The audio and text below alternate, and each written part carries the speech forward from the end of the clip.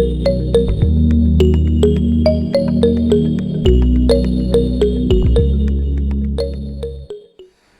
শিক্ষার্থীবৃন্দ, আমরা শুরু করতে যাচ্ছি যথারীতি এপিসোড 187। আজকের এপিসোড যাদের জন্য প্রযোজ্য, for Bibi honours in accounting and BBS pass third ইয়ারের জন্য, তাদের আলোচিত সাবজেক্ট কস্ট অ্যাকাউন্টিং বা উৎপাদন ব্যয় হিসাব বিজ্ঞান, এবং তাদের আলোচিত চ্যাপ্টার লেবার বা শ্রম এর আজকে প্রথম ক্লাস। প্রিয় শিক্ষার্থীবৃন্দ, আজকের পাঠে তোমরা যা জানতে পারবে: শ্রমের সংজ্ঞা, শ্রমের প্রকারভেদ, এই দুটি বিষয়ে আলোচনা আমরা সীমাবদ্ধ রাখব। প্রথমে আমরা জেনে নিই শ্রমের সংজ্ঞা বা শ্রম কী। উৎপাদন কাজে নিয়োজিত মানুষের সর্বপ্রকার কর্মপ্রচেষ্টাকে শ্রম বা লেবার বলে। অন্য কথায়, কাঁচামালকে তৈরি দ্রব্যে রূপান্তর করবার জন্য যে সেবা প্রদান করা হয় তাই শ্রম। আর শ্রমের পারিশ্রমিক হলো মজুরি। যেমন আসবাবপত্র তৈরিতে মিস্ত্রির মজুরি, সুপারভাইজারের বেতন, কারখানার শ্রমিকের মজুরি, বিল্ডিং তৈরি করতে কর্মরত শ্রমিকদের মজুরি ইত্যাদি। প্রিয় শিক্ষার্থীবৃন্দ, আমরা শ্রমের সংজ্ঞা জানলাম। আমরা জানি যে কোনো কাজ বা প্রোডাকশন করতে গেলে কিছু ব্যক্তিকে এক্সট্রা, আমরা যেটা অফিসিয়াল কাজের বাইরে যারা শারীরিক পরিশ্রম করে সেই সমস্ত ব্যক্তিদেরকে যা প্রদান করে থাকি তাকেই ওয়েজেস বা মজুরি বলে থাকি, এবং তারা আমাদেরকে যেটা দেয় সেটাই হচ্ছে শ্রম বা লেবার। আমরা সাধারণত এমনি বলে থাকি যে একজন লেবার দরকার আমার, কিন্তু সেই লেবারকে আমি যা প্রদান করে থাকি, যে পারিশ্রমিক প্রদান করে থাকি, সেটাই হচ্ছে ওয়েজেস বা মজুরি। এখন আমরা সেই শ্রম অথবা লেবারের প্রকারভেদটা জেনে নিই। দেখো, শ্রমের প্রকারভেদ: 1 নম্বর, প্রত্যক্ষ শ্রম বা ডাইরেক্ট লেবার। 2 নম্বর, পরোক্ষ শ্রম বা ইনডাইরেক্ট লেবার। দুইটি প্রকার আমরা দেখতে পাচ্ছি। প্রথম প্রকারের সংজ্ঞা কি এবং উদাহরণ কি, এখন আমরা সেটাই জেনে নেব। কাঁচামালকে তৈরি পণ্যে রূপান্তরের জন্য যে শ্রম ব্যবহার করা হয় তাকেই প্রত্যক্ষ শ্রম বলে। যেমন কারখানার শ্রমিকের মজুরি, বিল্ডিং তৈরিতে কর্মরত শ্রমিকদের মজুরি ইত্যাদি। পরোক্ষ শ্রমের সংজ্ঞা কী? যেসব শ্রমিক সরাসরিভাবে উৎপাদন কাজে জড়িত নয়, কিন্তু উৎপাদিত পণ্য গণনা, উৎপাদন কার্য তদারকি ইত্যাদির জন্য জড়িত শ্রমকে পরোক্ষ শ্রম বলে। যেমন প্রহরী, সুপারভাইজার, মালি এই শ্রেণীর শ্রমিক কর্মচারীদের মজুরি অথবা বেতন। শিক্ষার্থীবৃন্দ, আমরা এর মধ্যে শ্রম এবং শ্রমের প্রকারভেদ জানলাম, কিন্তু এই শ্রম অথবা লেবার এর সংজ্ঞা ইংরেজিতে কি আছে সেটা আমরা একটু দেখে নিই, যেটা আমরা ইন্টারনেট থেকে কালেকশন করেছি। প্রথমে আসো direct labour cost.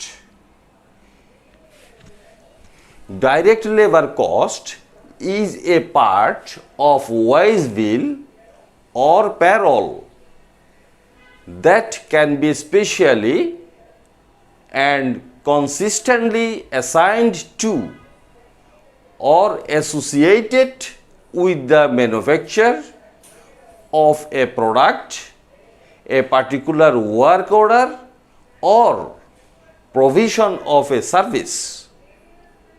Examples: factory labor, wages to carpenter, construction wages, etc. এখন আমরা এই সংজ্ঞার আলোকে সচিত্র একটি প্রতিবেদন দেখব। তার আগে প্রত্যক্ষ শ্রমের উপরে আমরা হেডলাইন দেখতে পাচ্ছি বা ডাইরেক্ট লেবারের হেডলাইন দেখতে পাচ্ছি। দেখো এখন একটি ছবি। এই ছবিতে আমরা দেখছি কিছু শ্রমিক রাস্তা মেরামতের কাজ করছে। এরা হচ্ছে শ্রমিক। এরা যেই শ্রমটা আমাদেরকে দেয়, সেই শ্রমের বিনিময়ে তাকে আমরা যেটা দিই সেটা হচ্ছে ওয়াইজেস। সুতরাং এরা যা দিচ্ছে সেটাই হচ্ছে শ্রম, অর্থাৎ যে সেবাটা দিচ্ছে সেই সেবাটার নামই হচ্ছে শ্রম। নেক্সট ছবিতে আমরা দেখছি একটি পোশাক কারখানায় কিছু পোশাক কর্মী কাজ করছে। এরাও যা পায় সেটার নাম হচ্ছে ওয়াইজেস এবং এদের নাম হচ্ছে শ্রমিক, আর ওরা যে সেবাটা দেয় সেটার নাম শ্রম। এই ছবিতে দেখতে পাচ্ছি একটি বিল্ডিং কনস্ট্রাকশনের কাজ চলছে এবং এই যে কিছু শ্রমিক এই কাজে সহযোগিতা করছে, অর্থাৎ সেবা দিচ্ছে। সেই সেবাটাই শ্রম, তারা হচ্ছে শ্রমিক এবং তাদেরকে যে পারিশ্রমিক দেওয়া হয় সেটা হচ্ছে ওয়াইজেস। এখন আসো indirect labour. Indirect labor is the cost of any labor that supports the production process, but which is not directly involved in the active conversion of materials into finished products. Examples of indirect labor positions are production supervisor, security guards, and quality assurance workers in the factory, purchasing staff, materials handling staff, etc. প্রিয় শিক্ষার্থীবৃন্দ, আমরা দুই প্রকারের লেবারের কথা উল্লেখ করলাম।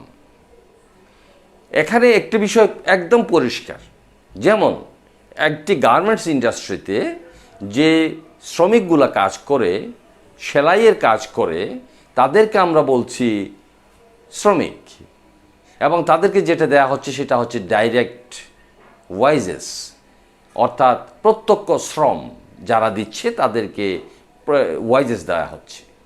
আর ওই সমস্ত শ্রমিকদেরকে বা স্টাফদেরকে সুপারভাইজ করার জন্য যে ব্যক্তিটি কাজ করে, এক্সাম্পল 50 জন সেলাই ওয়ার্কারের পেছনে অর্থাৎ তদারকি করার জন্য একজন ব্যক্তি কাজ করে, সে হচ্ছে সুপারভাইজার। তাকেও তো সম্মানে দেয়া হয় বা বেতন দেয়া হয়, সুতরাং তারটা হচ্ছে ইনডাইরেক্ট ওয়াইজেস। আর ওই যে সেলাইয়ের কাজ করে তাদেরটা হচ্ছে ডাইরেক্ট ওয়াইজেস। আমি একটা এক্সাম্পলের মধ্যে দুটি প্রকারভেদ আলোচনা নিয়ে আসলাম। প্রিয় শিক্ষার্থীবৃন্দ, এখন পরোক্ষ শ্রমের ছবি আমরা দেখতে পাচ্ছি।